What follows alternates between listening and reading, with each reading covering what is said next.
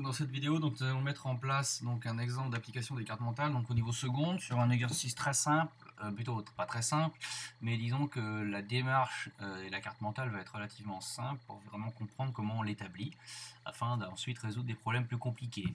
Donc pour cela, voici le sujet. Donc le sujet est donné dans un document en téléchargement sur la page sur laquelle vous regardez cette vidéo. Donc je vous conseille très fortement de le télécharger, de le lire tranquillement. Donc là j'ai mis la page entière, c'est juste pour vous, ensuite dans les pages qui suivent je vais vous décrire les documents. Donc il y a une petite introduction pour situer le problème. Cette introduction, en gros on vous explique ici là que on cherche un alcool. Vous avez ici en gros que cette méthode est utilisée pour les vignerons. Vous avez un tableau dans lequel il y a 3 alcools, des indices de réfraction de ces 3 alcools. On vous dit ensuite qu'il y a une cuve, on vous explique globalement ici comment fonctionne ce fameux matériel, ce réfractomètre. On vous donne ici un angle, un deuxième angle, et on vous donne un schéma. Sur ce schéma vous avez un rayon, on vous dit que dans ce cas là il y a le liquide. Et là c'est dit dans le sujet que c'est de l'air. On vous donne aussi à la fin une donnée qui constitue un document. Donc c'est l'indice de l'air sera noté NR et sa valeur sera 1,00. On vous rappelle la loi de Snell-Descartes. Donc elle peut être rappelée, elle peut ne pas être rappelée puisqu'elle constitue une connaissance.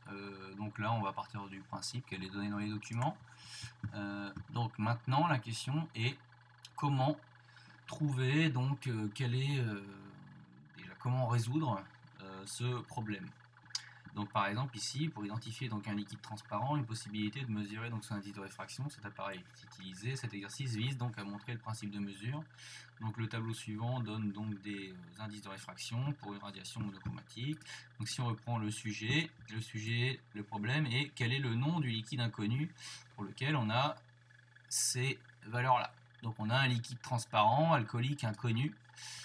Pour ce liquide, si je reviens sur cette page-là, on a un liquide inconnu, on a un angle de réfraction, un angle d'incidence. Donc c'est lequel?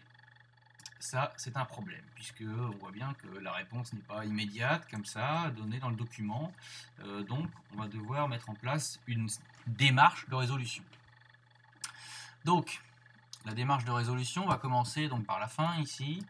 À la fin, nous avons, je vais mettre ça là pour moi que ça me gêne. Donc on a ici le choix du liquide. Le choix du liquide, c'est ma première étape, c'est ce que je cherche. Ce choix du liquide là va nécessairement se faire, si on reprend le sujet, à partir du tableau qui est donné entre l'indice de réfraction et les liquides. Donc ça veut dire qu'il va falloir que je fasse le lien avec le tableau du sujet. Donc ça veut dire que je peux ici mettre une flèche. Donc cette flèche pour m'indiquer que je vais partir du choix du liquide pour aller, il va falloir que j'exploite le tableau du sujet. Mais une fois que j'ai fait ça, quand je regarde ma démarche, si choix du liquide, je m'arrête au tableau du sujet, c'est pas marqué dans le tableau du sujet quel est l'alcool qu'on a utilisé, sachant les conditions expérimentales qu'on a avec I et R. Donc ça veut dire que ce tableau du sujet là, il va falloir que je trouve un indice de réfraction. Et donc pour l'indice de réfraction, ça veut dire que je pars du sujet, il va falloir que je trouve ce fameux indice de réfraction. Donc c'est pour ça que ici, dans ma carte mentale, je remets une flèche. Donc cette flèche, ça veut dire que là c'était mon élément manquant. Il va falloir que en gros je trouve l'indice de réfraction. Une fois que j'aurai trouvé l'indice de réfraction, je pourrai à l'aide du tableau comparer cette valeur de l'indice de réfraction et choisir mon liquide. Donc là on voit déjà qu'on est déjà dans une démarche où maintenant si j'ai cet indice de réfraction, à l'aide du tableau je trouve le liquide. Donc maintenant mon problème ici n'est plus tellement de trouver le liquide mais il est de trouver l'indice de réfraction du liquide pour pouvoir le comparer et enfin conclure. Donc je me répète plusieurs fois mais c'est important. Donc cet indice de réfraction, nous allons pouvoir le trouver dans le sujet. Si on analyse le sujet, vous regardez qu'il n'y a pas 156 choses qui vont vous permettre de trouver l'indice de réfraction et la connaissance ici à exploiter va être la loi de Descartes. Donc la loi de Descartes, vous voyez ici, donc je rajoute une flèche dans ma carte mentale, puisque cet indice de réfraction, il va falloir que j'exploite cette loi de Descartes. Alors maintenant dans la loi de Descartes, on voit bien dans cette loi de Descartes là, ici, on a ici donc tout ce qui concerne le milieu d'incidence ici, le milieu de réfraction. Donc ça c'est lié à mes connaissances, hein, puisque je sais que là c'est le milieu d'incidence, là c'est le milieu de réfraction. Donc il va falloir que je trouve déjà moi quel est l'indice de réfraction que je cherche, parce que est-ce que c'est plutôt N1 ou est-ce que c'est plutôt N2.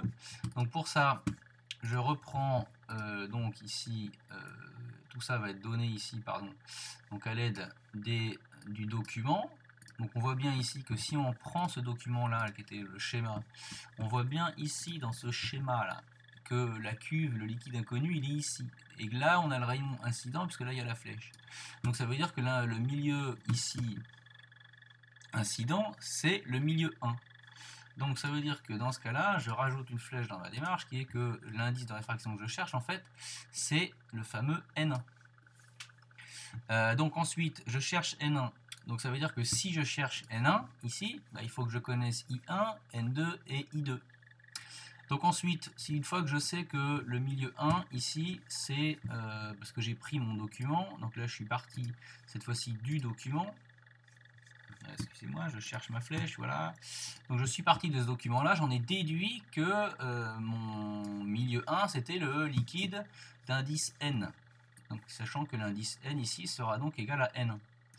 Et on me dit dans le document, donc je peux encore rajouter une flèche, hein, regardez bien, si jamais le liquide d'indice N, je vois très bien ici que ça constituera N1.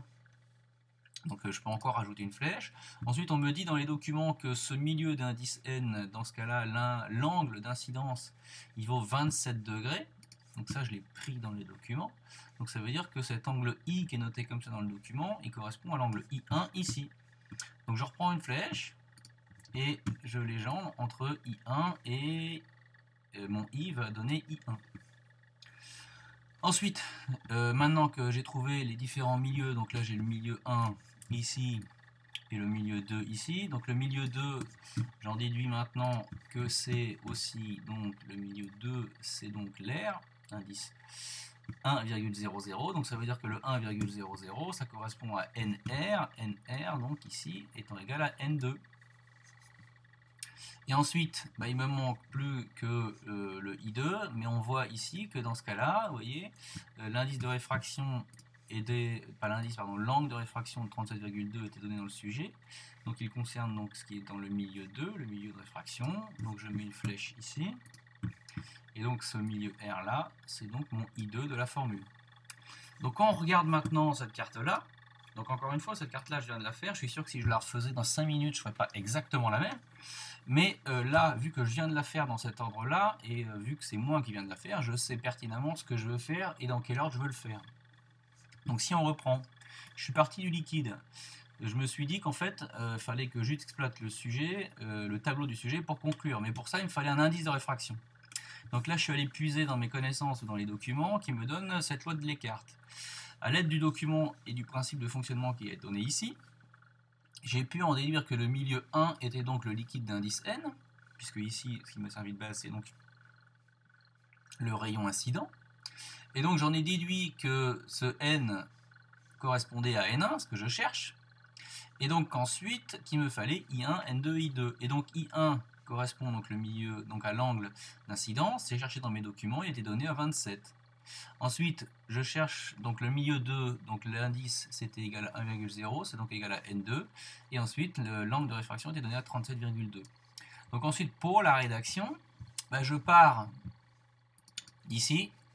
Donc j'ai une étape, ici on va dire. Si c'était à moi de rédiger, je rédigerais ça avec une étape ici. Je ferais une étape ici. J'écrirais un petit OR avec ça. Donc j'en déduirais l'indice de réfraction. En comparant avec les valeurs du sujet, j'en déduis donc que le liquide inconnu est. Et donc voilà comment, à l'aide de quelque chose de très visuel, qui est en 1, 2, 3, 4, 5 étapes, j'ai pu faire un exercice en 4-5 étapes assez... Plutôt, je n'ai encore rien fait une fois que cette carte mentale est établie, mais je sais pertinemment les étapes que j'ai à mettre en place. Donc là, par exemple, première étape, deuxième étape. Or, la loi de Descartes, donc j'en déduis, donc c'est là qu'il y aura des mathématiques. Les mathématiques seraient ici, dans cette étape-là. Et c'est ce qui généralement pose problème en seconde. Mais extraire ces documents-là, savoir qu'il faut exploiter la loi de Descartes pour trouver l'indice, le comparer au tableau du sujet et pour en déduire enfin le choix du liquide. Pour faire ça et écrire et dire ça, il n'y a pas besoin d'aucune notion mathématique. Et je vous assure qu'au niveau de l'évaluation, si vous écriviez donc les étapes de votre démarche sans pas faire l'exploitation qui serait vraiment de calculer mathématiquement donc le passage de la loi de Snell-Descartes à l'indice, je peux vous assurer que sur l'exercice vous avez au moins la moyenne, même en ne faisant aucune application numérique. Alors bien sûr vous ne pourrez pas valider ici. Par contre, dans l'analyser, vous aurez quasi tous les points. Dans le réaliser, vous n'aurez pas exploité de manière algébrique la loi de Snell-Descartes pour trouver l'indice. Donc c'est là que vous serez en capacité C ou D selon l'état de ce que vous avez fait.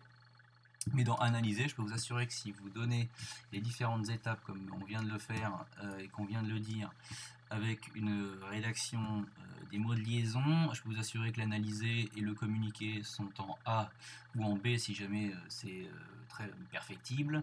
Mais c'est quand même mieux de faire ça même en mettant aucune notion de maths que de ne rien faire du tout. Donc voilà, j'espère que sur cet exemple-là, vous aurez compris l'intérêt de hiérarchiser vos connaissances et vos informations extraites à l'aide d'une carte mentale.